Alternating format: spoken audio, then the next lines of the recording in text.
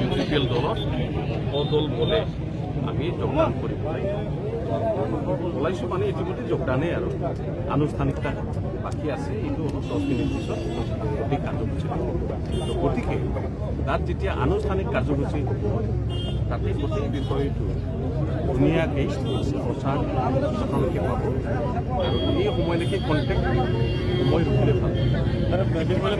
ভাল।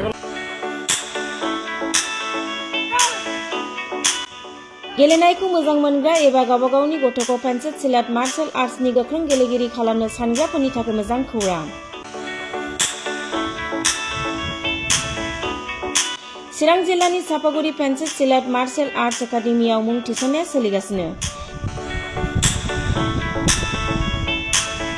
नोंथांमोना नोंथांमोननि गथ'खौ सापागुरि पेन्सिल सिलाट मार्शल आर्ट्सनि एकाडेमियाव मुं थिसननो हागोन। फोरोंनायनि जायगाया जाबाय सापागुरि लावज्रिपारा डगरपारा गेलेग्रा फोथार आरो बेरांगाव हास्रावबारि।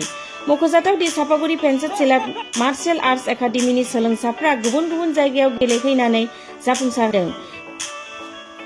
नोंथांमोनाबो नोंथांनि गथ'खौ सापागुरि पेन्सिल सिलाट मार्शल आर्ट्स एकाडेमियाव मुं थिसननानै पेन्सिल सिलाट मार्शल आर्ट्सनि आखा-फाखा गेलेगिरि खालामदो।